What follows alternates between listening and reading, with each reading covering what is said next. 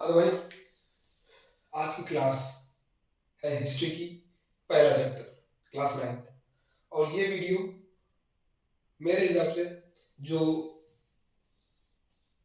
Board की preparation कर रहा है उसके लिए है, जो यूपीएससी की प्रिपरेशन कर रहा है उसके लिए भी है, तो ये दोनों के लिए है। क्योंकि यूपीएससी में एनसीईआरटी मस्ट होता है। एनसीईआरटी पढ़ोगे तो तुम्हारी बेस मजबूत हो जाएगा और यहाँ से इनिशिएट कर सकते हो। और इतना बढ़िया मैं बताऊंगा कि दोनों क्लियर हो जाएगा तुम्हारा। बोर्ड के सारे क्वेश्चन बिना याद किए दिमाग में रहेंगे। एक कहानी सुनाऊंगा तुम्हें और मूवी जैसे तुम्हें याद रहेगी। और हाँ, अपनी क्लास में भूलना मत, मजा आ जाएगा ध्यान से। तो ये है हिस्ट्री। हिस्ट्री का अपना पहला चैप्टर है, उसमें है क्या है, फ्रेंच का रिवॉल्यूशन। पहला चैप्टर है फ्रेंच रिवॉल्यूशन। तो हुआ क्या रिवॉल्यूशन? रिवॉल्यूशन मतलब क्या होता है? क्रांति। क्रांति, फ्रेंच में क्रांति क्या होता है, क्रांति क्यों आई? तो चलो मैं तुम्हें कहानी शुरू करता हूँ। तो हमारी कहानी शुरू होती है 1800 से, 18वीं सदी से। 18वीं सदी में क्या था, जो यूरोप था बहुत ही पावरफुल था। फ्रेंच वहीं का एक देश था, फ्रेंच जो था, फ्रेंच वहीं का था। तो 18वीं शताब्दी में क्या हुआ कि जो राजा लोग थे, 18वीं शताब्दी में 1780 के आसपास जो राजा था, राजा कौन था? Louis Louis 16।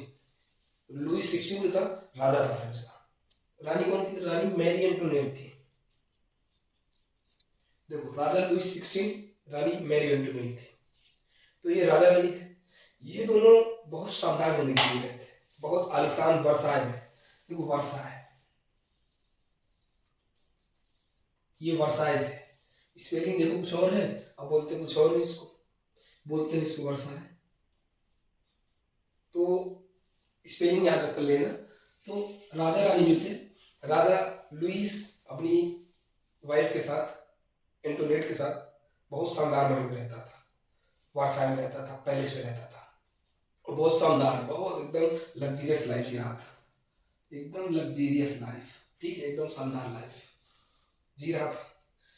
तो जिंदगी बढ़िया काट रहे थे। लेकिन जो किसान थे, वहां के जो किसान थे उनको रोटी भी नहीं मिल रही थी। किसान जो थे वो एकदम गरीब थे, उनको खाने के लिए खाना ही नहीं मिल रहा था। न रोटी है न सब्जी है, कहाँ खाएंगे? क्यों नहीं खाएंगे? क्योंकि उनको ऊपर टैक्स बहुत ज्यादा कर रखा था। टैक्स जो था ना, उनके जितना कमाते थे आधा टैक्स देना थी। महंगाई बहुत ज्यादा थी। महंगाई क्यों थी? महंगाई क्यों थी कि जो राजा और रानी थे पूरा शानदार जिंदगी जी रहे थे, लग्जरियस लाइफ जी रहे थे। और उस समय इतना युद्ध होता था ना, इस 17वीं 18वीं शताब्दी में इतना युद्ध हुआ है ना कि पूछो मत। तो बहुत ज्यादा युद्ध, जितना युद्ध हुआ कि युद्धों की वजह से पैसा वैसा आता ही नहीं था। तो पैसा आता नहीं था, खत्म हो जाता था। और जिंदगी भी इतनी आराम ऐसे आराम की जी रहे थे, तो सारा पैसा उसी में घुस जाता था। बचता कुछ था नहीं। तो क्या करते थे वो टैक्स बढ़ा देते थे। वो टैक्स बढ़ा देते थे किसके ऊपर? किसानों के ऊपर। कहते थे भैया तुम जितना कमाओगे आधा हमको दे दो। और टैक्स बढ़ाते गए और चीजों को भी महंगी कर दिए। तो ये किसान उसान कुछ खरीद ही नहीं पाते थे और टैक्स दे देते थे आता। तो इनको खाने के लाले पड़ जाते थे कि किसान लोग में बहुत ज्यादा परेशानी आ गई, जो नीचे वाले लोग थे। तो जो उस समय का वहां का सिचुएशन सिचुएशन मैं तुम्हें बताता हूँ। ये था सिचुएशन, ये है अपना ग्राफ। उस समय जो बहुत असमानता आ गई, लोगों में बहुत ज्यादा असमानता आ गई। स्टेट, ESTATE, 3 स्टेट में डिवाइड थे। जो पूरा देश उसके लोग रहते थे, जैसे आज है ना middle class, upper class, lower class, तो ऐसे 3 स्टेट में बांटा गया था उस वक्त। और बहुत ज्यादा असमानता थी। ये पहला वाला था, ये दूसरा वाला था और ये तीसरा वाला था। पहले वाले कौन था? जो पोप होते थे, जो चर्च में जो फादर होते हैं ना, फादर, तो वो पोप लोग आते थे। इसे क्लर्की भी कहते थे। ठीक है, ये लोग आते थे। सेकंड में कौन आता था? राजा रानी, राजा रानी उसके बच्चे, राजकुमार, ये सब आते थे। और थर्ड में कौन आता था? थर्ड में फार्मर, 80% तो फार्मर था। फिर डॉक्टर, टीचर, ये सब थे ना, लॉयर, बिजनेसमैन, ये सब थे तीसरे में आते थे। तीसरे स्टेट में। सेकंड में राजा लोग आते थे, ठीक है। और फर्स्ट में पोप। अब सोचो जो फादर वगैरह होते थे उस समय राजा से भी ऊंचे होते थे, बहुत पावर होती थी इनके पास। सबसे ज्यादा पावर किसके पास होती थी? फादर के पास, जो बोल देगा भाई ये राजा ये करना, ठीक ठीक ठीक महाराज। तो सबसे ज्यादा पावर पोप के पास, चर्च के जो फादर था उसके पास थी। फिर राजा रानी, राजकुमार, फिर तीसरे स्टेट में आते थे। ये क्या था, इनका टैक्स नहीं लगता था, 0%। इनका भी टैक्स फ्री, ये दोनों टैक्स फ्री, टैक्स देता था ये 2% पे रहते थे, ये 90% थे, और ये पूरा टैक्स यही देते थे। टैक्स भी कितना देते थे? जितना कमाते थे, जितनी अर्निंग थी उसका 50% टैक्स इनकी फट जाती थी देने में। और ये लोग ये टैक्स बढ़ा देते थे और ये लोग ऐश की जिंदगी जीते थे। इनका पैसा ये लोग मजे से जीते थे अपना। ये था सिस्टम था। तो क्या हुआ कि ये फार्मर किसान लोग होते थे, थर्ड स्टेट जो था ये एकदम बर्दाश्त झेल के एकदम पगला गया था। फिर क्या हुआ, फिर जो राजा था, राजा ने क्या किया कि मीटिंग बुलाई फिर से। 1789 आया, चलो ठीक है। 1789 आया, 1789 में राजा जो था, किंग जो था, उसने एक मीटिंग बुलाई। अब मीटिंग में बोला कि चलो ठीक है, हम टैक्स बढ़ाते हैं, हमें और पैसा चाहिए, हमें और टैक्स बढ़ाना है। तो उस समय रूल क्या होता था कि जो डिसीजन लेते थे ना, उसमें फर्स्ट स्टेट वाले और जो सेकंड स्टेट वाले थे यही वोट करते थे। और वोट करते थे, जब ये बढ़ाता था टैक्स तो ये लोग वोट कर देते और बिल पास हो जाता। लोग फटाक से ये कहता कि 10% टैक्स बढ़ा रहा हूँ, और ये जनता तीसरा वाला जो थे स्टेट वाले लोग, जो किसान गरीब लोग थे, ये लोग बैठे रहते, इसे देखते रहते, और ये दोनों निर्णय लेकर चलो 10% बढ़ा दो। ये वोट करता, 100 लोग इसमें, 100 लोग इसमें, दोनों वोट करते, और 200 सब वोट इन्हीं की तरफ चला जाता है, इनकी तरफ 0 वोट। कहते ठीक है बढ़ा दो। तो जब 1789 में वोटिंग हुई, मतलब मीटिंग बैठी, तो इसने क्या कहा, जो गरीब किसान लोग थे इन्होंने क्या कहा, तीसरे स्टेट वाले कहा कि हमको भी वोट देने का मौका दो, हम भी वोट देंगे। इन्होंने कहा हम भी वोट देंगे, हमें भी मौका मिलना चाहिए। तो ये राजा लोग कहेंगे साला तुम साला गरीब आदमी कैसे वोट देगा, मना कर दिया, बोला तुम कैसे वोट दोगे। इन्होंने कहा नहीं हम वोट देंगे, तो ये मना कर दिए। तो इन्होंने उसी समय एक नेशनल असेंबली बनाई। इन्होंने क्या किया, ये तीसरे स्टेट ने क्या किया, इन्होंने एक नेशनल असेंबली बनाई और बोला कि हम क्या करते हैं, हम कसम खाते हैं। इन्होंने कहा, अब गुस्सा तो पहले से थी, टैक्स इतना बढ़ा रखा था, इतना सब हालत खराब थी, खाना नहीं मिला था, रोटी नहीं मिला था। तो ये थर्ड स्टेट वाले थे, इन्होंने कहा हम नेशनल असेंबली बनाएंगे और हम कसम खाते हैं। इन्होंने कसम खाया कि हम क्या करेंगे, हम कसम खाया कि थर्ड स्टेट वाले थे, इन्होंने नेशनल असेंबली बनाई और इन्होंने कसम खाया कि हम संविधान, कॉन्स्टिट्यूशन मतलब संविधान, ये बोल दिए कि हम संविधान बनाएंगे। तो राजा लोग बोले अरे यार ये तो बहुत बोल रहे हैं। अब इन्होंने ऐसा क्यों किया, ये जो तीसरे स्टेट वाले हैं इन्होंने ऐसा क्यों किया पता है, क्योंकि कुछ इनलाइटमेंट हुआ। इनलाइटमेंट को जानते हो, इनलाइटमेंट हुआ मतलब रोशनी बढ़ी, किससे, कुछ बहुत विचारक लोग थे, बहुत महान लोग थे।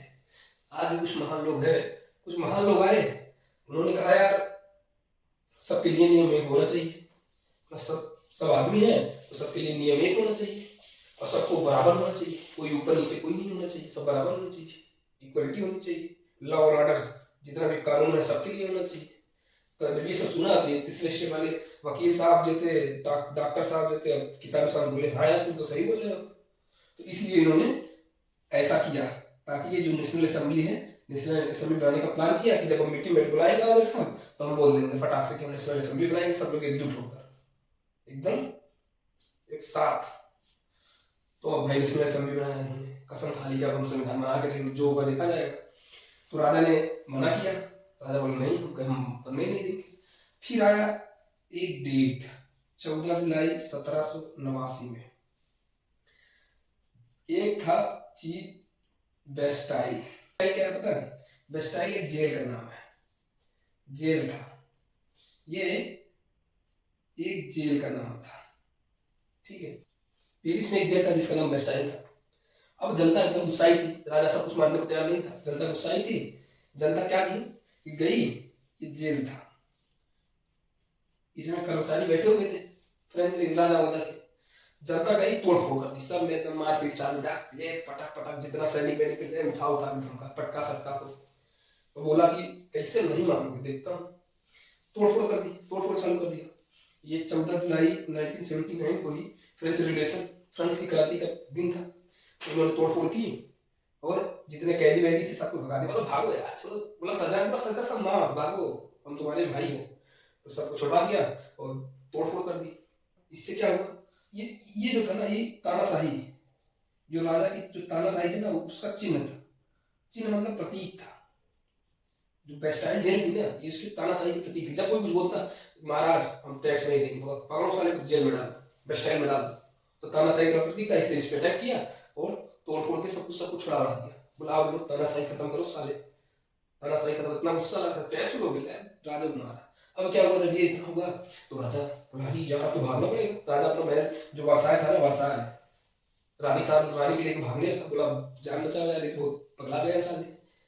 लेकिन क्या हुआ, राजा भागना चाह तो रहा था, लेकिन क्या हुआ कि जनता ने, किसान को बहुत गुस्सा आई थी, जनता ने ये जो लुईस साहब थे ना, लुईस 16 वाला, इनको पकड़ा और इनको फांसी दे दी। लो साले, बहुत नियम लगाते थे, बहुत टैक्स बढ़ा रहे हो, तुरंत फांसी लगा दिया, मरवा दिया।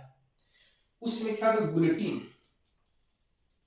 एक गुलेटिन नाम की मशीन थी, ये आदमियों को ऐसे काट देती थी, फट फट फट फट फट ऐसे चक्कर। जैसे वो भल्लाल वाला पिक्चर नहीं देखे हो, भल्लाल वाला पिक्चर कौन सा, बाहुबली, बाहुबली देखे हो? बाहुबली में जो भल्लाल देव रहता है, भल्लाल देव, एक मशीन एक वाला काटता है ना, ऐसे आदमी से काट काट काट काट काटता चला जाता है घोड़ा पे, गाड़ी वाला, वही वाली मशीन तो इसे ही कहते हैं गुलेटिन। उसी से राजा कटवा दिया, लो साले। अब कुछ दिन बाद जो रानी थी मैरी एंटोनिएट थी ना, उनको भी पकड़ा, उनको भी मरवा दिया। ये फ्रांसीसी में जब क्रांति आई, जब बेस्टाइल ने अटैक किया, उसका राजा को पकड़ा, राजा को मार दिया गुलेटिन से, रानी को पकड़ा, रानी को भी, एंटोनिएट को भी खत्म, टाटा बाय बाय। अब लो, अब क्या हुआ, अब राजा रानी जो थी जो खत्म हो गए, तो जो राजशाही वाला कहानी था, राजशाही वाला जो पावर था वो कम हो गया, खत्म होने वाला, एकदम खत्म हो गया एकदम। राजा वाले बात कोई मानता ही नहीं था, राजा खत्म हो गया। अब क्या हुआ, अब लोगों के पास पावर आ गई, अब लोगों के पास पावर आ गई मतलब डेमोक्रेसी, डेमोक्रेसी का जन्म हो गया कि जनता के पास पावर होगी, तो इसलिए डेमोक्रेसी आ गई। अब क्या था कि ये जो क्रांति हुई थी, ये क्रांति का जो नेता था कौन था, मैक्सिमिलियन, इस क्रांति का नेता था मैक्सिमिलियन रोबेस्पेरे। ये रोबेस्पेरे जो था, रोबेस्पेरे, ये इसका नेता था। ये जो क्रांति हुई थी ना फ्रेंच की, उसका नेता था, जो 3 स्टेट के थे जिन्होंने बेस्टाइल पर अटैक किया था, उसका नेता था रोबेस्पेरे। तो इसने क्या किया, अब एक आतंक का समय आया। इसने क्या किया कि इसने बोला, एक चीज बोला कि जो इस क्रांति में भाग नहीं लेगा, इसने कहा जो इस क्रांति में भाग नहीं लेगा और जो नहीं मानेगा उसको हम मार देंगे। जाओ, किससे मारेंगे, वही भल्लाल देव वाले, जो भल्लाल देव वाला मशीन वाला बुलेटिन था ना,